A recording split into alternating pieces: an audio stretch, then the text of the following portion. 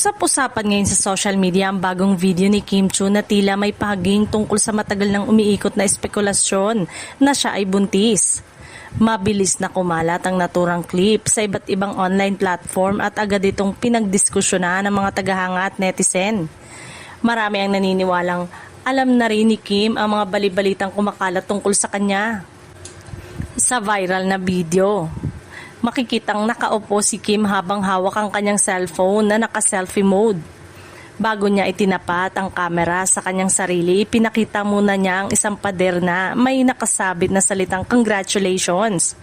Pagkatapos nito ay nakangiti niyang sinabing it's a girl, na sinabayan pa ng malakas na tawa. Natawa rin ang mga taong kasama niya sa nasabing sandali. Dahil sa naturang biro, marami ang nagbigay ng iba't ibang interpretasyon.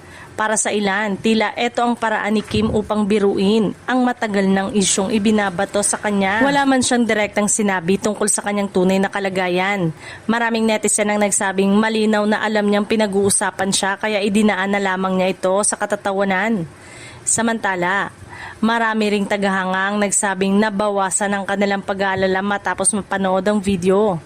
Ayon sa kanila, tila ipinapakita lamang ni Kim Chiu na hindi niya sineseryoso ang mga kumakalat na chismis. Ang iba namang matagal nang naniniwalang walang katotohanan ng pregnancy rumors ay nagsabing tila napatunayan ang kanilang hinala matapos ang naturang biro. Bukod dito, napansin din ng ilang netizen ang mga kasuotan ni Kim sa kanyang mga kamakailang public appearances. Ayon sa kanila, wala umanong indikasyon na siya ay nagdadalang tao batay sa kanyang pananamit at mga aktibidad. Gayunpaman, may ilan pa ring patuloy na naglalabas ng kani-kanilang opinyon at haka-haka tungkol sa issue.